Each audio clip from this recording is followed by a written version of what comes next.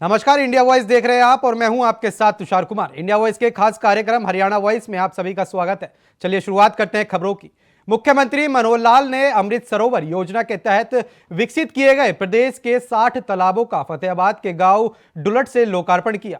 इनमें 31 तालाब फतेहाबाद में ही शामिल है। इस दौरान मुख्यमंत्री ने कहा कि 2024 साल चल रहा है और आज प्रदेश में 2024 करोड़ के प्रोजेक्ट का शिलान्यास और उद्घाटन उन्होंने एक साथ किया। अमृत सरोवर की कल्पना प्रधानमंत्री नरेंद्र मोदी ने अप्रैल 2022 में की थी और उनकी ये सरकार मात्र कुछ ही दिनों में मई 2022 में इस प्रोजेक्ट को हरियाणा में शुरू कर दिया गया। देखिए रिपोर्ट। हरियाणा के मुख्यमंत्री मनोहर लाल ने बुधवार को फतेहाबाद के टोना के गांव डूल्ट में पहुंचे और उन्होंने अमृत सरोवरों का शुभारंभ किया। इस योजना पर कुल 28 करोड़ के करीब राशि खर्च की गई है। 31 अमृत सरोवर अकेले फतेहाबाद जिले के इस योजना में शामिल है। इस योजना के तहत तालाबों के पानी को शुद्ध किया जाना है ताकि दूषित पानी का प्रयोग भी सही ढंग से किया जा सके। अमृत सरोवर 60 अमृत सरोवर इनके उद्घाटन का यह दिन रखा गया है। महीना भर पहले मुझे कहा गया कि बहुत से ऐसे अमृत सरोवर तैयार हुए हैं तो इनका सबका उद्घाटन करना है। जैसा एक पिछले 6-7 वर्षों से खास करके कोविड के बाद से हमने एक परंपरा शुरू की है कि इतनी बड़ी संख्या में जब ऐसे प्रोजेक्ट होते हैं उनको किसी एक ही स्थान से उसका उद्घाटन करने से समय भी बचता है, पैसा भी बचता है और लोगों को एक ही स्थान से सब संदेश जा सकते हैं। भाइयों बहनों, ये अमृत सरोवर का विषय कहां से शुरू हुआ? देश के प्रधानमंत्री जी ने 2022 में एक आह्वान किया था कि देश भर के जितने भी तालाब हैं इनको तालाब की बजाय अमृत सरोवर नाम दिया जाए और इन अमृत सरोवर की पहले तो सफाई, स्वच्छता, उसके पानी की सफाई करना, फिर बाद में जहां कहीं इसको रेनोवेट करना है, इसको एक प्रकार से इसमें जितना अच्छापन किया जा सकता है इसके पुनर्निर्माण के लिए। क्यों हम देखते हैं, वर्षों से तो हम देख रहे हैं कि इन तालाबों में गंदा पानी बह करके आता है। हमारे अपने घरों से बरसात का पानी भी होता है, घरों का पानी भी होता है और कहीं कहीं तो मैंने शहरों में तालाब देखे हैं वहां सीवरेज का पानी भी डाल देते हैं। इन तालाबों को पॉल्यूटेड होते हुए, इनको प्रदूषित होते हुए ये पिछले कुछ वर्षों से देखा है। तो इस प्रकार से पानी साफ करके तालाब में डाला जाए, पशु भी उसको पी सकते हैं। खेती करने में भी आखिर किसान को आसानी से खेती करने का मन सिंचाई करने का करता है, वरना गंदा पानी तो किसान भी चाहता है कि वह खेत में ना जाए।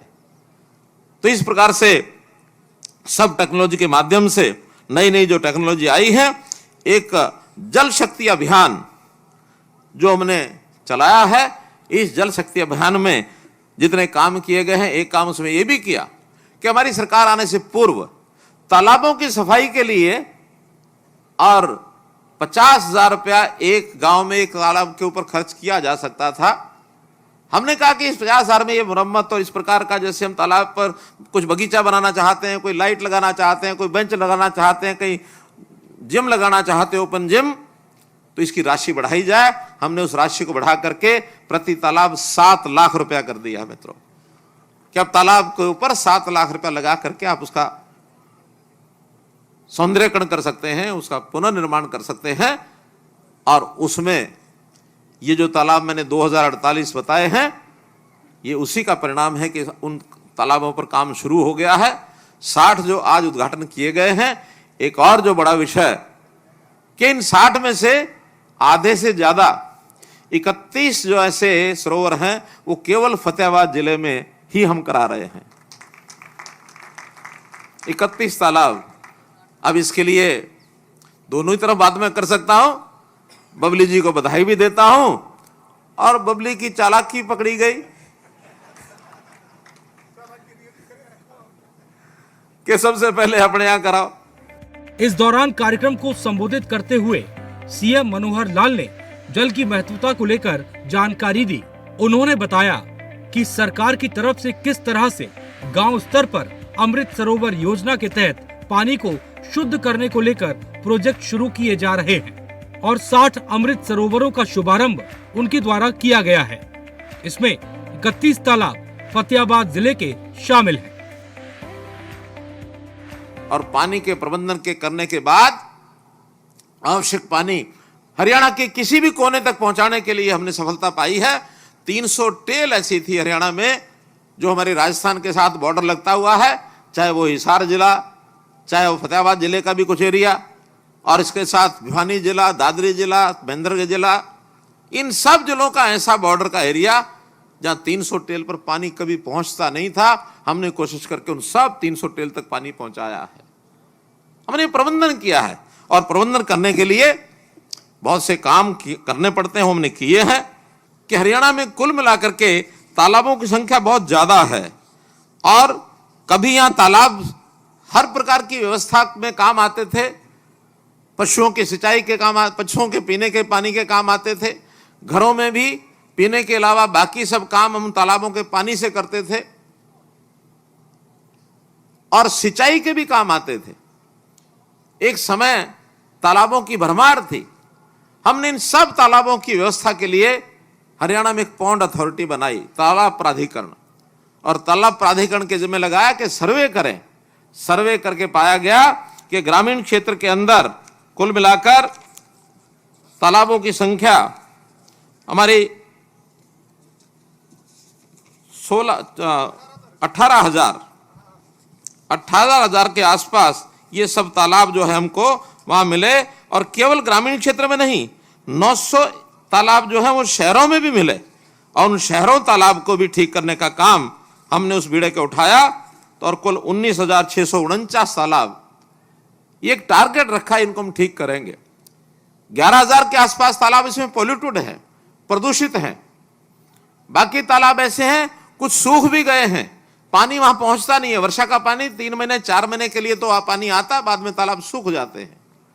वहां आज भी पशुओं के पीने की व्यवस्था नहीं होती है। तो इस बहुत बड़े काम को करने के लिए ये बीड़ा हमने उठाया। पानी को साफ करने की जो नई नई टेक्नोलॉजी है, सबसे पहले तो तालाब का पानी साफ करना है। उस पानी के तालाब को साफ करने के लिए एक अभी जो अपना सरोवर मैंने देखा है यहाँ, आज संयोग से सबसे पहले आने के बाद इस गांव में मैं पहले लाइब्रेरी देखने के लिए गया, जो नई लाइब्रेरी आपने बनाई है, बहुत सुंदर लाइब्रेरी बनी है। मैं उसके लिए अपने मंत्री जी हैं, अपने यहाँ की पंचायत है और यहाँ के जो नौजवान हैं जिन्होंने उसका सहयोग किया, उनको सबका बहुत अभिनंदन करता हूं कि अच्छी लाइब्रेरी आपने यहाँ बनाई है। उसके बाद ये सरोवर देखने के लिए गया, तो सरोवर में पानी को साफ करने की जो टेक्नोलॉजी वहां मैंने देखी, ऐसा नहीं कि पहली बार यहां देखी है, उसको देखने के लिए मैं पंजाब गया। उस टेक्नोलॉजी का नाम है सींचे वाला टेक्नोलॉजी। और सींचे वाला नाम क्यों है? पंजाब के अंदर एक संत रहते थे, वहां रहते हैं अभी भी, उस गांव का नाम है सींचे वाला। और उन्होंने अपने गांव का जो पानी है उसको साफ करके तालाब में जाने से पहले उसको स्वच्छता कैसे करनी है एक टेक्नोलॉजी इजाद की। उसको देखने के लिए मैं सींचे वाला भी गया था। और वो सज्जन ऐसे हैं, उन संत को बाद में उसी टेक्नोलॉजी के कारण से पद्मश्री अवार्ड भी मिला है। वो पद्मश्री अवार्ड प्राप्त टेक्नोलॉजी के अन्वेषक, जो सर्च करने वाले, वही टेक्नोलॉजी आज हमारे गांव में यहां देखने को मिली है। मन प्रसन्न हुआ है। अब इसके दोनों अर्थ हैं, सारे प्रदेश में होना चाहिए, इसमें कोई दो मत नहीं है, लेकिन प्रदेश में करने से पहले एक उदाहरण ऐसा प्रस्तुत किया जाए कि लोग बाहर से आए, दूर से आए, देखें कि तालाब सरोवर कैसा होता है, एक गांव, उसका गांव का विकास कैसे होता है। डुलेट गांव, छोटा गांव, सामान्य परिवार हैं, कोई बहुत धनवान लोग यहां नहीं रहते हैं, थोड़े बहुत किसान भी हैं, बाकी मजदूर लोग हैं, लेकिन फिर भी यहां इस प्रकार का सुंदर ग्राम सचिवालय, इस प्रकार का वहां लाइब्रेरी, इस प्रकार का यहां सरोवर, ऐसे सब अच्छे काम किसी गांव में होते तो गांव के अंदर लोगों को मन लगता है। ऐसा कहा जाता है कि विकास तो शहरों में ज्यादा होता है, लेकिन अगर आदमी की आत्मा, आदमी के विचार और आदमी का जो मुद्रा, प्रसन्न मुद्रा होती है, वो गांव के लोगों की ज्यादा होती है। हम हमेशा कहते रहे कि इस गांव के आदमी की आत्मा की प्रसन्नता, ये भाव शहरों में ले जाना चाहिए ताकि शहर के लोग भी वैसे ही खुश हो जाएं, और शहरों का विकास वो गांव में आना चाहिए, गांव के लोग भी प्रसन्न हो जाएं। तो यहाँ की आत्मा की जो प्रसन्नता, खुशी, वो शहरों में जाएगी कि नहीं जाएगी, लेकिन शहरों का विकास आज गांव में आ गया है, इस बात से मुझे भी प्रसन्नता है। वहीं फतेहाबाद के भट्टू इलाके में सेम की समस्या को लेकर धरने पर बैठे किसानों के सवाल पर मुख्यमंत्री ने कहा कि जमीन से ज्यादा यूरिया के इस्तेमाल के कारण सेम की समस्या आई है। इसे जल्द दूर करने की कोशिश सरकार के द्वारा की जा रही है। पहले की सरकारों में इस ओर ध्यान नहीं दिया गया, इसी के चलते किसानों को परेशानी का सामना करना पड़ रहा है।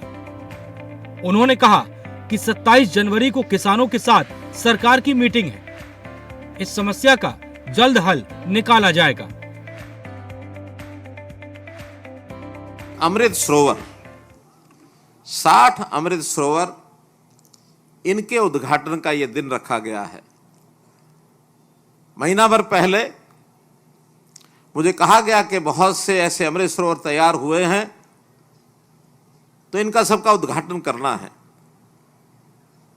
जैसा एक पिछले 6-7 वर्षों से, खास करके कोविड के बाद से, हमने एक परंपरा शुरू की है कि इतनी बड़ी संख्या में जब ऐसे प्रोजेक्ट होते हैं, उनको किसी एक ही स्थान से उसका उद्घाटन करने से समय भी बचता है, पैसा भी बचता है, और लोगों को एक ही स्थान से सब संदेश जा सकते। भाइयों बहनों, ये अमृत सरोवर का विषय कहां से शुरू हुआ? देश के प्रधानमंत्री जी ने 2022 में एक आह्वान किया था कि देश भर के जितने भी तालाब हैं, इनको तालाब की बजाय अमृत सरोवर नाम दिया जाए, और इन अमृत सरोवर की पहले तो सफाई, स्वच्छता, उसके पानी की सफाई करना, फिर बाद में जहां कहीं इसको रेनोवेट करना है, इसको एक प्रकार से इसमें जितना अच्छापन किया जा सकता है इसके पुनर्निर्माण के लिए। कि हम देखते हैं, वर्षों से तो हम देख रहे हैं कि इन तालाबों में गंदा पानी बह करके आता है। हमारे अपने घरों से बरसात का पानी भी होता है, घरों का पानी भी होता है, और कहीं कहीं तो मैंने शहरों में तालाब देखे हैं, वहां सीवरेज का पानी भी डाल देते हैं। इन तालाबों को पॉल्यूटेड होते हुए, इनको प्रदूषित होते हुए ये पिछले कुछ वर्षों से देखा है। तो इस प्रकार से पानी साफ करके तालाब में डाला जाए, पशु भी उसको पी सकते हैं। खेती करने में भी आखिर किसान को आसानी से खेती करने का मन, सिंचाई करने का करता है, वरना गंदा पानी तो किसान भी चाहता है कि वह खेत में ना जाए। तो इस प्रकार से सब टेक्नोलॉजी के माध्यम से, नई नई जो टेक्नोलॉजी आई है, एक जल शक्ति अभियान जो हमने चलाया है, इस जल शक्ति अभियान में जितने काम किए गए हैं, एक काम उसमें यह भी किया कि हमारी सरकार आने से पूर्व तालाबों की सफाई के लिए और 50,000 रुपया एक गांव में एक तालाब के ऊपर खर्च किया जा सकता था।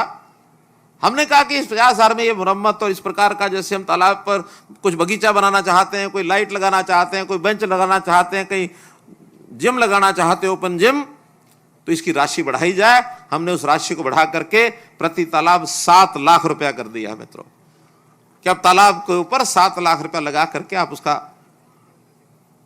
सौंदर्यीकरण कर सकते हैं, उसका पुनर्निर्माण कर सकते हैं। और उसमें ये जो तालाब मैंने 2048 बताए हैं, ये उसी का परिणाम है कि उन तालाबों पर काम शुरू हो गया है। 60 जो आज उद्घाटन किए गए हैं। एक और जो बड़ा विषय कि इन 60 में से आधे से ज्यादा 31 जो ऐसे सरोवर हैं, वो केवल फतेहाबाद जिले में ही हम करा रहे हैं। 31 तालाब। अब इसके लिए दोनों ही तरफ बात मैं कर सकता हूं। बबली जी को बधाई भी देता हूं, और बबली की चालाकी पकड़ी गई कि सबसे पहले अपने यहां कराओ। हमने उसको भी, किसान को समझाया कि इसको रोको, जहां धान नहीं बोना चाहिए वहां मत बोए, और अगर धान बोना शुरू कर दिया है तो दूसरी फसलों पर आ जाएं, और हम आपको हर एक फसल का, धान बुआई नहीं करोगे दूसरी करोगे तो 7,000 रुपया सरकार आपको देगी। और ये मेरा पानी मेरी विरासत नाम से योजना चलाई, 7,000 रुपया मिल जाएगा उनको। अब मैं हर इलाके में नहीं कह रहा, लेकिन जब पानी बहुत नीचे चला गया है, डार्क जोन हो गए हैं, और डार्क जोन होने के बाद आज समस्या ये आ रही है कि वहां बिजली भी भरपूर मात्रा में लगाते हैं पानी, और हर साल एक यानी पाइप वो नया उसमें डालना पड़ता है 10 फुट का। तो इस समस्या से निजात पाने के लिए हम लोगों को इस योजना पर जरूर आना चाहिए, और मैं उन किसानों का बहुत धन्यवादी हूं जिन्होंने इस योजना को अडॉप्ट किया, और 1,74,000 एकड़ जमीन पर लोगों ने धान बोना छोड़ दिया है। मैं उन किसानों को भी बहुत बहुत धन्यवाद और बधाई देता हूं। वहीं राम मंदिर प्राण प्रतिष्ठा में विपक्ष के शामिल न होने के सवाल पर मुख्यमंत्री ने कहा, विपक्ष की राम में आस्था नहीं है। यही वजह है कि वो अयोध्या के कार्यक्रम में शामिल नहीं हुए। इस कार्यक्रम में विपक्ष की तरफ से अड़ंगा डालने की कोशिश भी की गई है।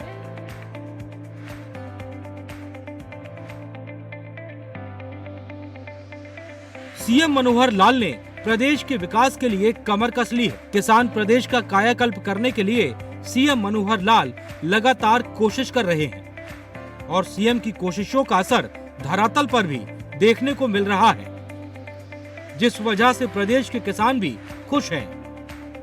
Bureau report, India voice.